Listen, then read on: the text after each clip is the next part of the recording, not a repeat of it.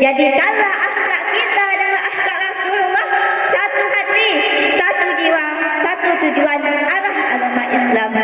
Maka dari itu, bangkitkan semangat pemuda-pemudi zaman sekarang untuk meneladani akhlak Rasulullah dengan slogan pendidikan kita. Di depan menjadi teladan, di tengah ikut membangun, dan di belakang ikut mendorong.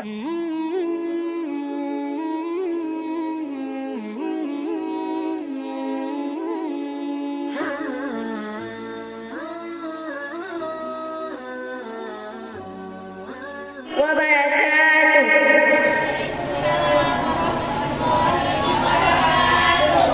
Hamdan syukran lillah, salatan wassalaman ala rasulillah, amma ba'du.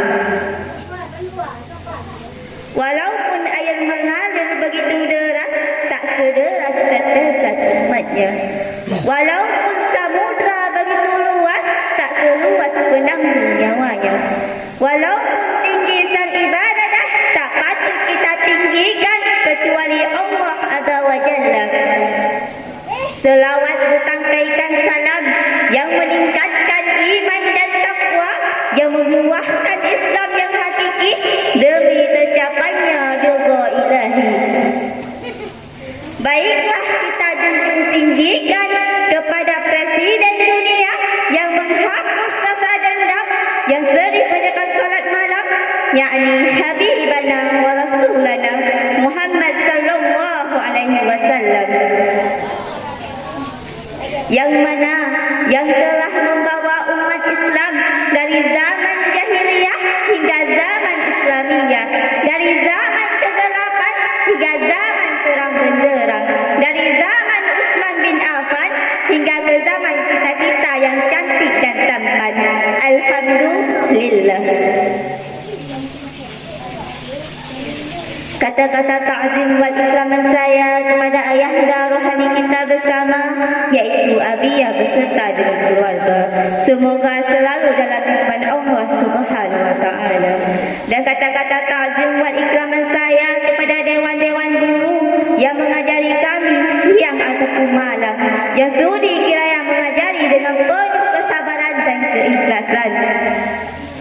Dan kata-kata takzim wa ikraman saya kepada dewan-dewan juri yang telah menilai saya pada malam ini. Dan kata-kata takzim wa ikraman saya seluruh santriwan dan santriwati yang telah hadir pada malam yang sangat berbahagia ini. Baiklah, berdirinya saya pada malam ini insya Allah akan membawakan sebuah pidato yang berjudul kewajiban meneladani akhlak Rasulullah sallallahu alaihi wasallam. Hadirin rahimahumullah, jikalau kita berbicara tentang meneladani akhlak Rasulullah, maka susah kiranya kita ucapkan dengan lisan, kita rangkai dengan perkataan, bahkan kita catat dengan tulisan. Begitu besarnya akhlak dan keagungan Rasulullah sallallahu alaihi wasallam, sehingga Allah menggambarkan kana khuluqul Quran, sebenarnya akhlak Rasulullah ialah Al-Quran, dan di dalam diri Rasulullah terdapat suri tauladan yang baik. Allah berfirman dalam surah Al-Ahzab ayat 21 yang berbunyi, A'udzu billahi minasyaitonir rajim. Bismillahirrahmanirrahim. Walamma ra'al mu'minuna al-ahzaba qalu hadza wa ma 'adana Allah wa rasulahu wa sadaqallahu wa rasuluhu wa ma zadahum illa imanan wa taslima.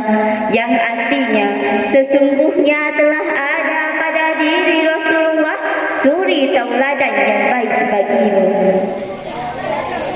yaitu bagi orang-orang yang mengharap rahmat Allah dan datang hari kiamat dan yang banyak mengingat nama Allah. Quran surah Al-Ahzab ayat 21. Selain daripada itu, besar pula kecintaan Rasulullah terhadap umatnya, sehingga apa yang dikatakan Rasulullah sebelum dijemput ajalnya, ada yang tahu? Perkataan yang dikatakan Rasulullah sebelum dijemput ajalnya ialah ummati, ummati, ummati, umatku, umatku, umatku. Bahkan beliau mengatakan umatku sebanyak 3 kali karena kecintaan beliau sangat besar terhadap umatnya.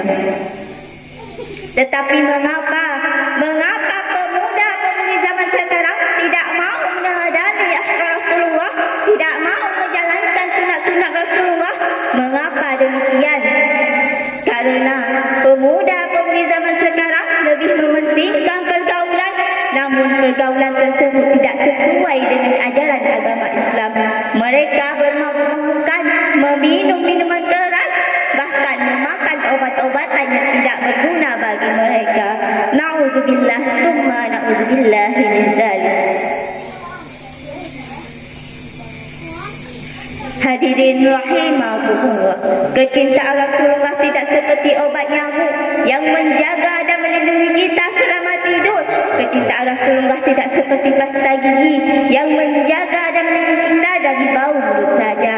Tetapi para hadirin, kecintaan Rasulullah setia setiap saat. Oleh kerana itu, jadikanlah akhlak kita dengan akhlak Rasulullah, satu hati, satu jiwa, satu tujuan arah agama Islam. Maka dari itu, bangkitkan semangat pemuda-pemudi zaman sekarang untuk meneladani akhlak Rasulullah dengan slogan pendidikan kita.